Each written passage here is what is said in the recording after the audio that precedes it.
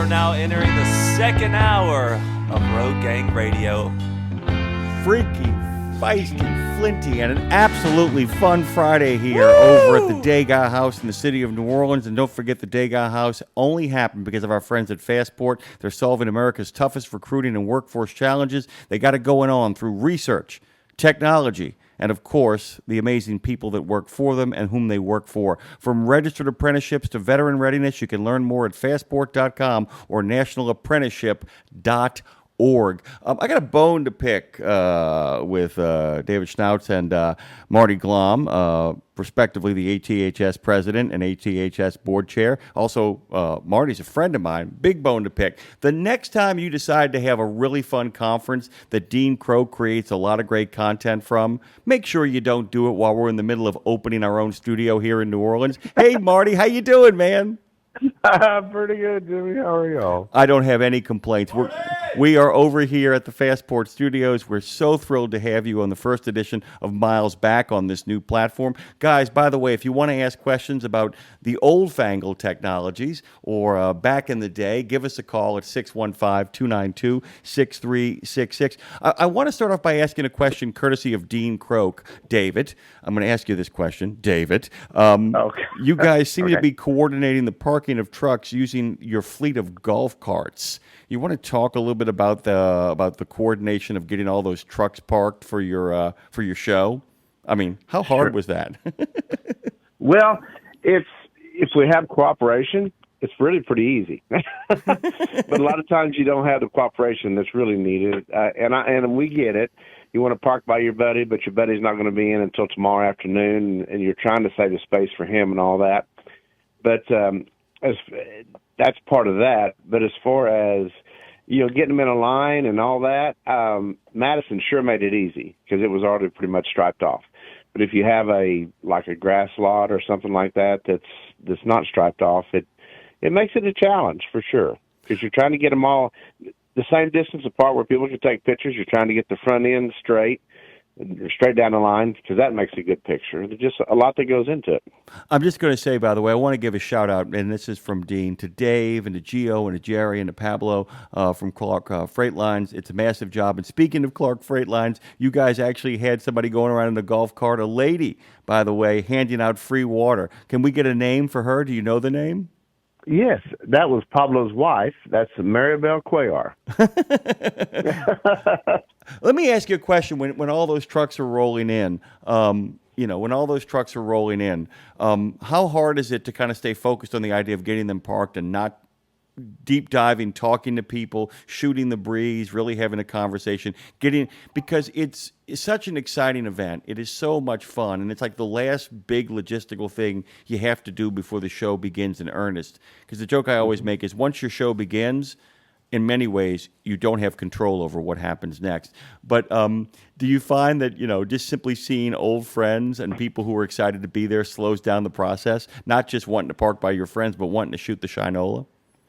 Yeah, it does, because a lot of these drivers that they haven't seen since last year, other than social media, Facebook, what have you, and so they do. They want to stop and, hey, man, how you doing, Gio? Everything good? Man, I saw your video, on and on, and it's bad, but you just almost got to kind of cut them off, run back to your golf cart and say, just follow me. We'll talk in a little bit. Just follow me. Which, by the way, is a very, very... that's why you could never have this event in New Orleans. No matter who tries to convince you, never come down to Southeast Louisiana because they linger professionally. That's what they do. Right. I mean, the old joke in New Orleans is in New York City, if you're 10 minutes late, you're fired. If you're regularly 10 minutes late in New Orleans, you're employee of the month. Marty, I wanted to pivot to you here because one of the things, Dean and I keep up about a lot of this stuff. You guys had 44 million views on the 250 reels of trucks he posted. 44 million views, 1.7 million interactions. I'll get to the second part of what he sent me here, though. We all thought that with the coming of social media and videography and people posting vlogs and all that stuff, that it would reduce attendance. It turns out the exact opposite because it is spreading the word. This thing gets bigger every year, correct? I mean, this is as big of an event as you guys have done, correct? We've had one bigger. You're supposed to not say that, dude. Number You two. bury the lead, right? But these things take immense logistical planning to kind of make happen. So I was kind of curious, as the event is unfolding, as you're watching it kind of play itself out, I'm wondering if you're already, while it's beginning to start, making choices and decisions for what you're going to do at the next one. Great question, Jimmy. You know, our staff, God bless them all, they just work their butts off to make this happen. And of course, we couldn't do it without the volunteers as well. But, you know, we start, depending on the location, in 3 or 4 years prior to the event.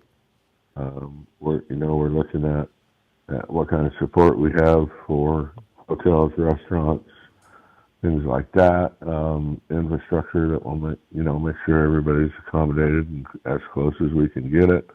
What the traffic flow is going to be, where we're going to have truck reds, where we're going to have truck photo, where do we want to start parking first, and then what direction, and just on and on and on and on. You know, it's a big deal. It really is. Yeah, it just, I said, Dave talks about this all the time. Dave Nemo talks about it all the time. He said, there's a point where you begin, if you're watching it carefully, if you're watching it just for fun, it's joyful, it flows, it's really easy. He said, as you begin to watch it carefully unfold, you realize how much thought went into not just how things are presented, because people take care of those trucks, they make sure they look their best, but also what it took to make sure it got into the proper order. Because if you bring stuff in and park stuff wrong and set stuff in the wrong place, it becomes impossible to get stuff that you might need further up down the line past it. So, Dave, I wanted to kind of ask you as well, kind of throw this back to you. Everything is a recruiting opportunity to get more people to join the ATHS. What is the mapping like to put this together? What is it like to kind of sit down and do the map? And you're laughing because I know exactly what you're going to say next. Well, it's kind of like Marty said. We look into this 3 and 4 years earlier, and the very first thing, as far as the facility wise, that we look at is how we can make it flow. That's the very first thing, because nobody wants to stand in line, nobody wants to cross lines, nobody wants to waste a bunch of time trying to get parked. So all of that plays in there, and so. We make sure that, we've got your entries here and your registrations here, your photos here, and you just go right on down the line, and then you start parking. And yes, of course, we have to park in an orderly fashion because people want to go up and down the roads and see the trucks. I mean, as you know, and there's a lot of golf carts there. We have a lot of rentals and bring their own. But you want to go up and down the road looking at trucks and picking out your favorite truck and trying to see the truck that you saw last year. So it's very important to get all that together. Marty, let me kind of pivot to you. There are some old regulars, things that people are used to seeing there, but every year one of the joys is what's next and what's new. That becomes part of the reality too. As always, even for you, even for an old hand like Marty, with his boots and his jeans and his jacket, which he always, there's like a uniform that Marty has. Even with you being so comfortable with what is already there, was there anything this year that got you really excited, that was new, that was something that really caught your attention, that you're like, I can't believe we got this here, I can't believe this still exists? Anything in particular that really kind of made even Marty Glomb go, wow? Every year, Jimmy. That happens every year. And, because we move, we have regions, West, Central, and East. There's always something new that catches your eye, and that really has the wow factor. And we welcome anything and everything, right? Please come and enjoy. But I will say, I felt like personally anyway, the quality of the trucks that were there this year in particular raised the bar another notch. I mean, there was some knock your socks off stuff there that was just, and not just one, there was several. By the way, we got a big shout out for you guys. The Paranormal Pie Man on YouTube is saying hello. Our good friend Trucker Boson is saying hello. Marshall Platter is saying hello. So there's a lot of folks who are watching right now at youtube.com. New platform, new day, new rules, of course. Dave, I'm going to ask you the same question. Was there anything in particular this year? And I know it's so hard, too, because you're trying to enjoy the conference, but you're trying to make sure other people are enjoying the conference simultaneously while you do this thing. Was there anything, though, that almost distracted you to the point of, wait, I have a job to do. I've got to pay attention to everything. I can't just be looking at this. Anything caught your eye? Well, as far as truck-wise, of course, Marty and I are both Kenworth guys, so we look at the W9A models real strong. That's our big deal. But there was one, there was a prime mover there that they call it. That's about a time and a half, again, as wide as a regular truck. They had to haul it in on a lowboy. It was, I'd say, 12 and a half feet tall, maybe, sitting on the ground. And I parked this guy, and I've never seen this truck before at one of our shows. Maybe it has been, but I haven't seen it. And I asked him, I said, just follow me. And I said, we'll go ahead and get you parked. He said, well, just tell me who you want me to park on top of, and I'll do it. And sure enough, on a pickup, he could have done that. He couldn't have done it on a big truck.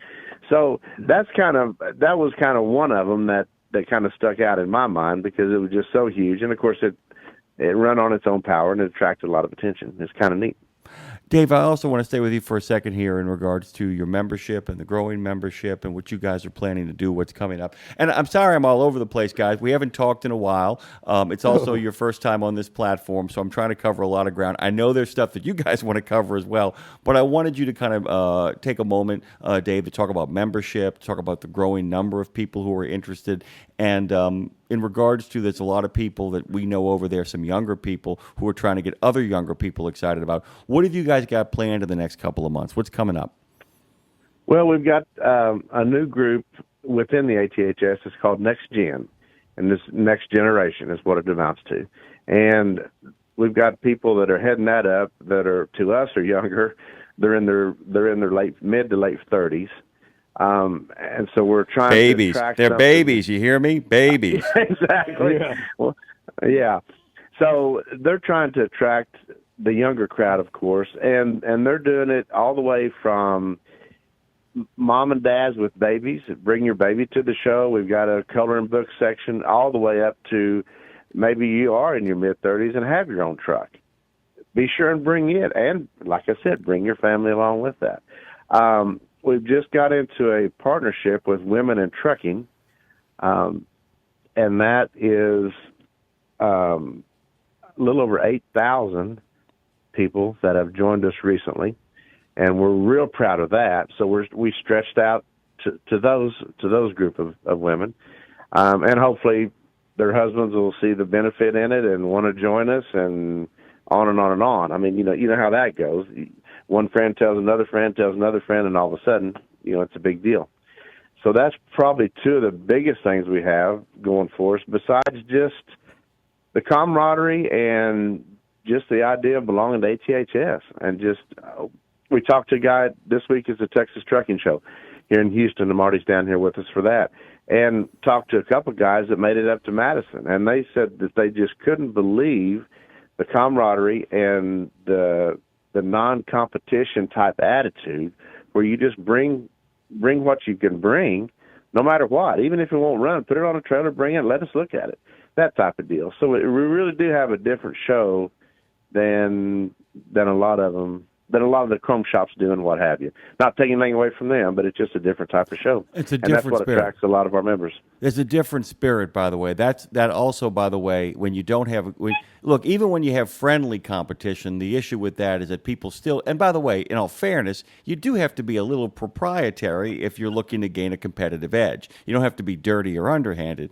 But the thing is, in y'all's atmosphere, and I want to really encourage people to go to aths.org, because they're absolutely right. When it really is a spirit spirit of open sharing and camaraderie, it means that people are going to be sharing best practices a whole lot more. They're also going to be sharing institutional knowledge. They're going to be explaining to people how things that they might not know how they work, which actually sets up my next question. Marty, you can answer this first, and we can pivot back to Dave on it, is I like to play fictional characters since I, in fact, am a fictional character.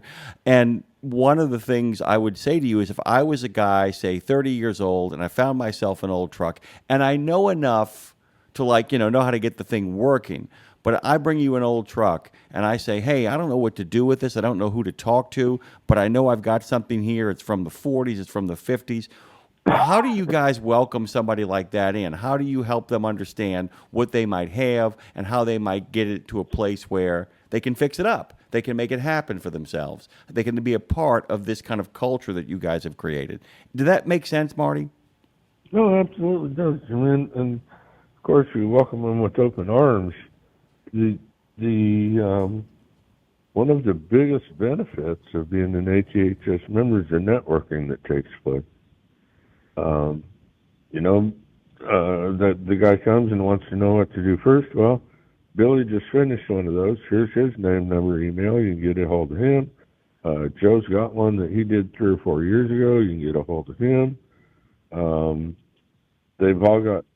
We all got spare parts laying around.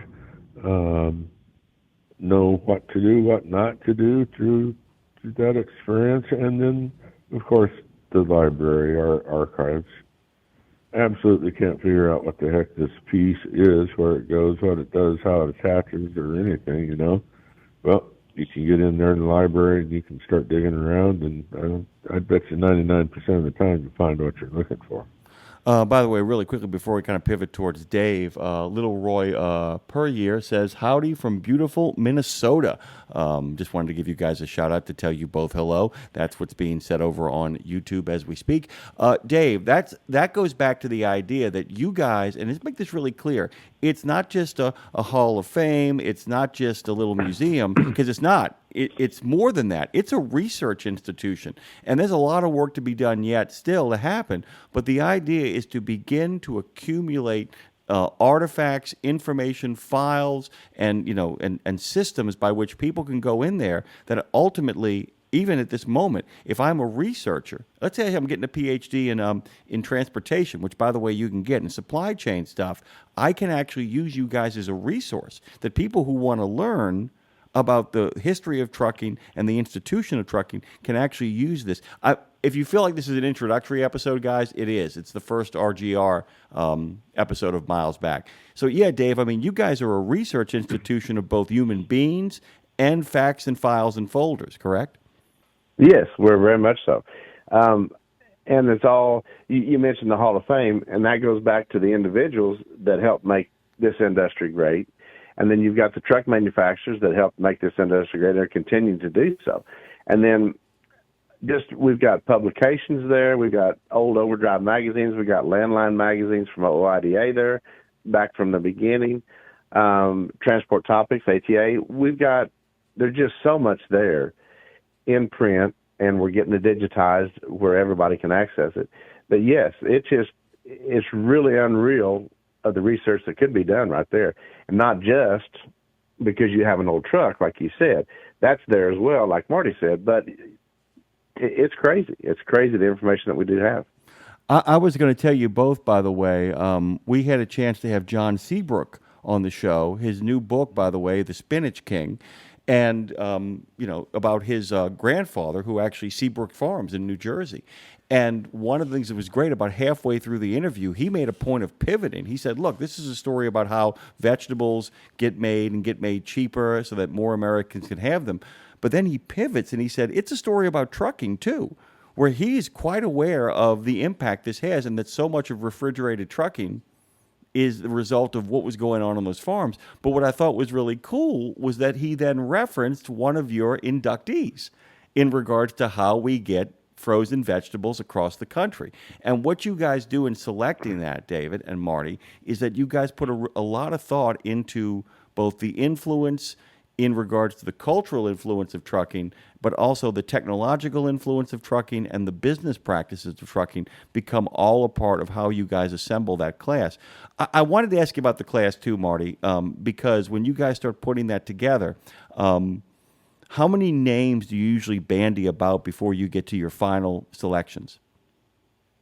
For what, Jamie? For the Hall of Fame, when you guys are picking Oh my God. the Hall of Fame members, Gotcha. how many names are being bounced around? I mean, look, I realize it's everybody in the history of trucking, but is there a list of, like, there's a great thing that Dave talks about. He and Lindsay select the citizen drivers of the year. There is nothing worse for them than having to go through those 20 or final 10 because they got to pick 3. And they'll tell you, it's like, I don't know if you know this, I do a lot of work with transition trucking with the veterans where we have to pick 3 to 4 veterans out of a list of 20, most of whom, would be like heroes in their own communities. So what is that final list like? I mean, that's like, it just must be brutal, right? It is, and Tom Mullen leads that committee, and they just do a fantastic job with that. And yeah, that list is long and distinguished, as they say. Try to put a little variety in it, right? Mm-hmm. And be respectful of our past inductees, our present inductees. It's not a competition. They've already made their mark, Jimmy. But some folks perceive it that way. Sometimes that it's a pretty big task. Yeah. I mean, basically, we have John Sheftakovsky of the Hall of Fame in Cooperstown come on, and man, he said, when we announce the people who are selected, we're always over the moon. He said it's the 2 or 3 months before the final selections are made that we're often finding ourselves with our guts being wrenched by the people who almost get there as well. But we hope they get up in the next time around. Okay, David, we've talked about a lot of the stuff that is going on there. I want to get right down to the core of membership. What kind of memberships are there, and what does membership provide and give you access to? Because we've been dancing around that. So unpack that for us. Okay. $62 a year gets you a full membership, and that is you get the Wheels of Time magazine, which is now an award-winning Wheels of Time magazine. We got an award for that just earlier in the year. We're proud of that. Of course, that gets you access to the library and all that. I said all that. I mean, that's online, and that's visiting right there at the store and all that. And then get you the issue of Showtime, which is our big issue, has every truck that was at the convention that year, at the Convention and Truck Show. You can do an online version only for $12 a year. You're still a member, but you don't get the printed publications mailed to you. And that's the difference in that. And presently that's the 2 categories that we have. I wanted to share this with you. I told you guys, I gave you the first part, when Dean talked about the idea. You guys had 44 million views of the 250 reels of the trucks at the show that he posted. 1.7 million interactions since the 2025 show. 88% of your non-followers, U.S., Mexico, Brazil, Australia, India, and Iran were the top countries. Havana, Mexico City, Bogota, Baghdad, and Tehran were the top cities. I don't know if you know this, but there's a massive Mack truck audience in the Middle East. 45% of your audience, and this should really encourage you, Dave, were between 25 and 44. And the most viewed truck was the More Antique Trucks International ACO Sightliner with 9.7 million views for almost 2 years of watch time. Let that sink in. That is the excitement that Dean's content generated from your conference, from your trucks, is getting around the world. And that you can make a case that trucks are hope. That there is no greater symbol of commercial hope than a truck. In times of crisis, it's what brings us relief. In good times, it's what brings us the goodies that we need. For instance, I'll be picking up a PlayStation 5 later on today. I know it got delivered by a truck. That way I can actually continue to interact with Claire, even though we're in separate states right now. But But that's the other question I have for both of you. I mean, do you ever take a moment to kind of reflect on how much opportunity, hope, and just possibility resides simply in a truck? We'll start with Dave and then pivot to Marty. Yeah, just like you said, everything is touched by a truck. And backing up just a little bit, you mentioned Thermo King. Well, if you think about it, we inducted Thermo King in the Hall of Fame. Before that, there was no truck refrigeration. So if you take that a step further, before that, you couldn't truck fresh meat across the country. You couldn't truck fresh vegetables, fresh fruit across the country. It had to be grown locally. It had to be done right there. Ice cream, hopefully you had an ice cream place there that manufactured that, or you couldn't have ice cream. You had no way to get it there. So yes, it's really amazing how trucking has really changed, particularly America and the world. Well, I'll tell you this too before we actually get over to Marty. Think about this, is the fact that we can get strawberries anytime we want them. I remember when I was growing up, you know when you got strawberries? When they were in season. Now, we were lucky in Louisiana for obvious reasons. We always had access to strawberries. But you know there was a time when if you wanted roses, the prices of roses would change over the course of the year because they were more expensive certain times of the year because of certain seasons. Now, people can just take a truck down to Miami and get the roses from south of the equator and bring them on up into the United States. And all of that is possible because of what is going on. And I was curious at the conferences when you guys are there. The other question I had for Marty is, do you ever walk history? Meaning, like, you know this stuff so well that you can actually pick 10 trucks and walk each decade. Do you ever just kind of, when you look at these trucks, imagine what that truck was like in that moment in time when it was actually brand spanking new and the latest and the greatest thing, Marty? Absolutely do, Jimmy. And the ones that are the most, make you think the most, are some of the older, what we call brass era trucks, open cab, chain drive. That's the end of the amenities for the driver, I mean, my gosh, those guys, they really had to want to do that job. I cannot imagine, No, those are the ones that I just marvel around. Yeah, and Dave, that's the thing, too, because what the real story is, at the end of the day, it might be the American Truck Historical Society, but it really is about truckers. It's about the human beings that sat in those seats, right? Yes, exactly. And unfortunately, the old-timers are getting fewer and fewer, but if you sit around in a group and start listening to a bunch of old-timers, they'll be talking about the open cabs like Marty's talking about, and then they'll be talking about, well, I remember when we first put canvas doors on them, and boy, that really helped a lot. And so I'm thinking, what? Canvas doors was a big improvement, and I don't even like to ride a motorcycle in the rain, and here these guys are making a living in the rain, and with no heat, obviously no air, that goes without saying, but it's just the slow little progression that, well, then somebody said, well, maybe we'll try to put a little heater in there, a little old radiator and a little old switch and a fan. My gosh, he's got a heater in his truck. I've never heard of that before. That's unbelievable. Guys, I got to let you go. I can't believe how fast that went by. It is the first edition of Miles Back on the new platform. Don't be surprised if from time to time Nemo himself drops in. Marty, Dave, it's always a pleasure. Go to aths.org. Great website. So easy and interactive. Thank you both so much, guys. Yeah, thanks for having us. Thank you all. You got it, man. Always good having you, Marty.